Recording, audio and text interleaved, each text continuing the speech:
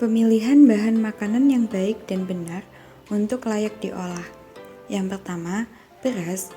Pilihlah beras yang berwarna bening kekuningan serta memiliki tekstur yang kuat dan tidak mudah patah bila ditekan. Yang kedua, telur. Pastikan cangkang telur tidak retak. Hal ini dikarenakan telur mudah terinfeksi kuman dan juga bakteri.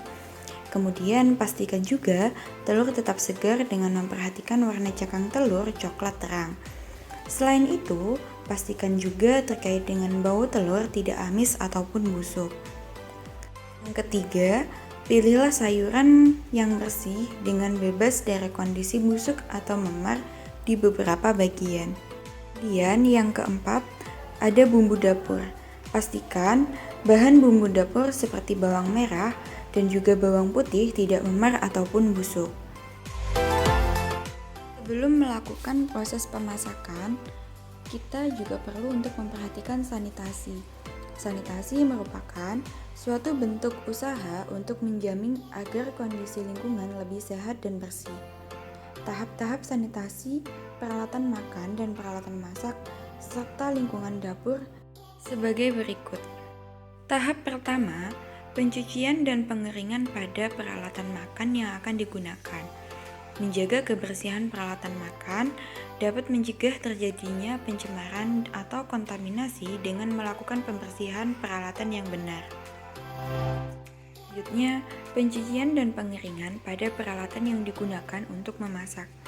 Menjaga kebersihan peralatan masak dapat mencegah terjadinya pencemaran atau kontaminasi dengan melakukan pembersihan peralatan yang benar. Yang ketiga, pencucian dan pengeringan pada bahan makanan yang akan diolah.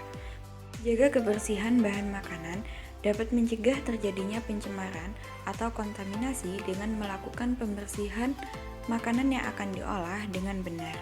Dan untuk tahap yang terakhir yaitu sanitasi pada lingkungan dapur sebelum memasak juga harus memperhatikan. Pakaian harus bersih lengkap dengan apron dan juga topi, tidak menggunakan jam tangan maupun perhiasan, mencuci tangan sebelum maupun sesudah melakukan aktivitas memasak, dan yang terakhir pastikan kondisi dapur dalam keadaan kering dan juga bersih. Setelah tahap pemilihan makanan dan juga sanitasi telah selesai, barulah kita masuk ke dalam tahap pengolahan atau pemasakan. Jadi, judul yang kita bawa adalah cara pengolahan MPASI bubur sup telur wortel. Untuk alat yang digunakan ada mangkok, sendok, pisau, talenan, wadah, penggorengan, spatula, dan juga blender. Dan untuk bahan yang digunakan ada 60 gram nasi, 1 butir telur ayam, 2 buah wortel, 2 buah tahu putih, 1 siung bawang merah, 1 siung bawang putih, seledri, dan juga air secukupnya.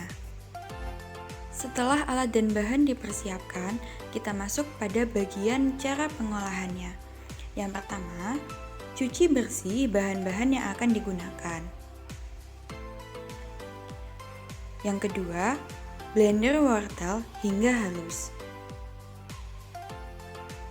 Yang ketiga, potong tahu berbentuk dadu kecil. Selanjutnya, potong bawang merah dan juga bawang putih, iris tipis-tipis. Yang kelima, panaskan minyak goreng secukupnya ke dalam penggorengan, kemudian tumis bawang merah dan juga bawang putih hingga tercium bau harum. Langkah selanjutnya, tambahkan air secukupnya pada penggorengan, tunggu hingga mendidih, kemudian masukkan tahu dan juga wortel. Selanjutnya, masukkan 1 butir telur ayam, lalu aduk-aduk hingga telur berubah warna. Tambahkan nasi, aduk kembali hingga mengental. Dan tahap yang terakhir yaitu masukkan seledri. Dengan memasukkan seledri, berarti proses pengolahan sudah selesai. MPASI bubur sup telur wortel siap untuk disajikan.